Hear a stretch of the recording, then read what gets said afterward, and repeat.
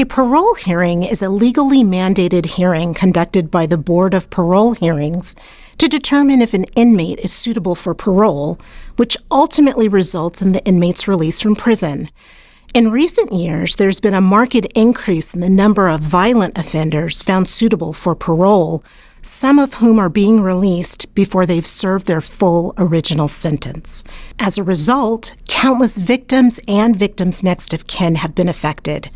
Here's one of their stories.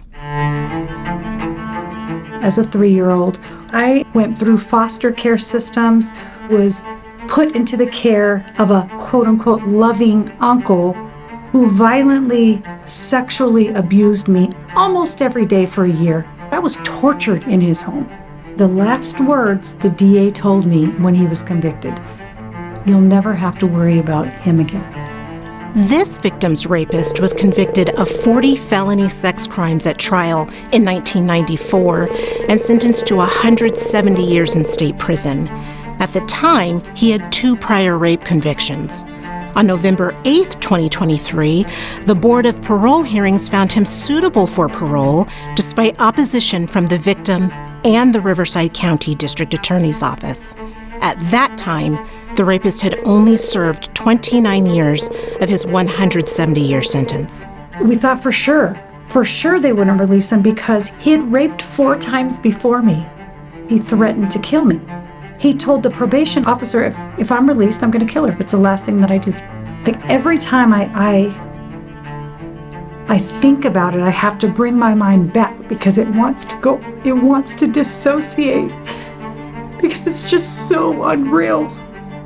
I don't think the average person knows that the victim of that crime would have to tell that story over and over and over again and relive that experience. It's like, why did I do that? Why did I relive that experience? Why did I tell you all these details? Why did I answer all these questions? When the decision was read, it's a helpless feeling. The victim and her husband continue to work with the district attorney's office to fight the release of her rapist.